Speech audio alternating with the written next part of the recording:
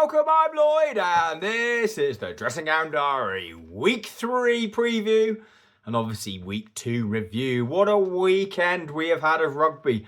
Unbelievable stuff going on. Let's start straight away with Italy. They were on fire against Ireland.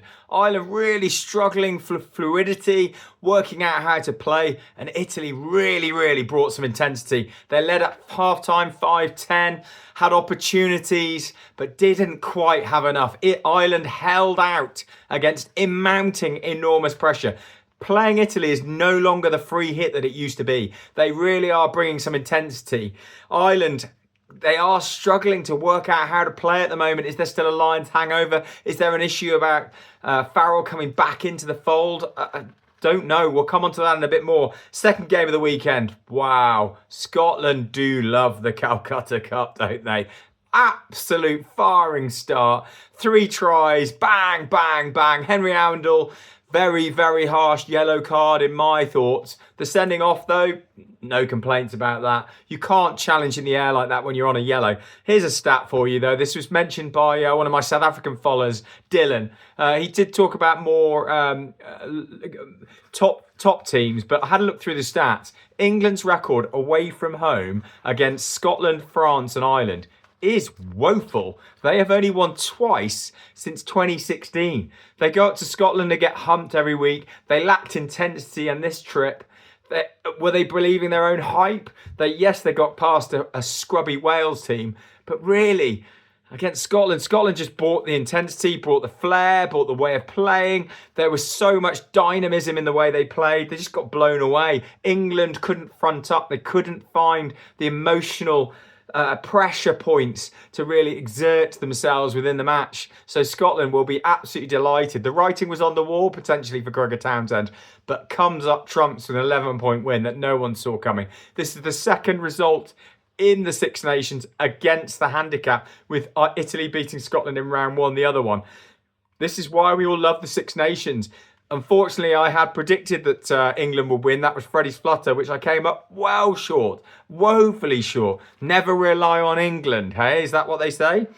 France in the final game of the weekend. Well, you just have to admire the way they're playing. They are on another level at the moment. I think Wales did well to keep the game and only to 42 loss in the end. I know that sounds ironic, but the way that France opened up, heads up rugby, they literally look like they're going to score every time. Yes, Wales have defensive problems, I get that. But the way that France can attack the space, their lines of running, their willingness to try things and take things on.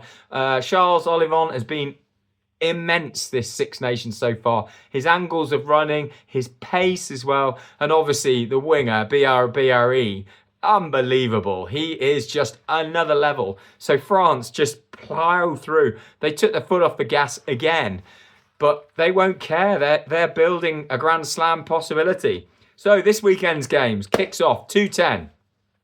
Ireland are visiting Twickenham. Both teams, Six Nations is in the balance as it stands.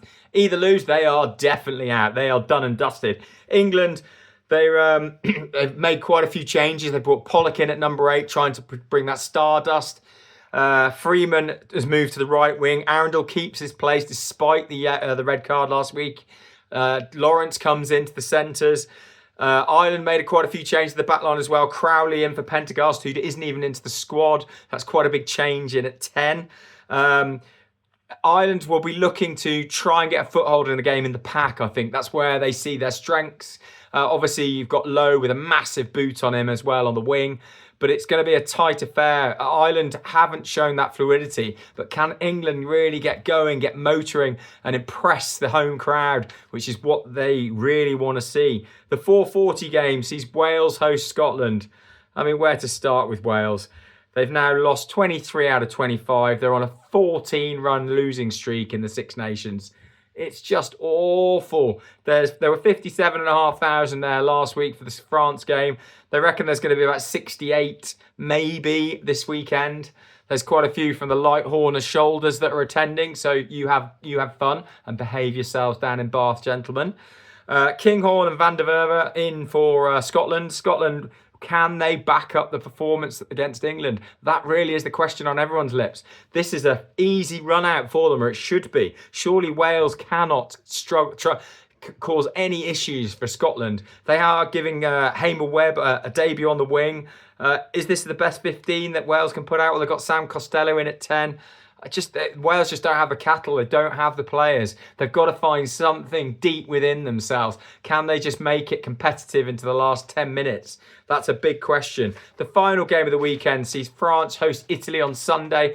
This surely is just going to be a procession. France will be looking to move through the gears, get the game tied up pretty early on, make some substitutions, and send Italy on their way. Italy, unlucky, obviously, last weekend against Ireland, having never had 2 wins from the first 2 games of the Six Nations. But they came up short.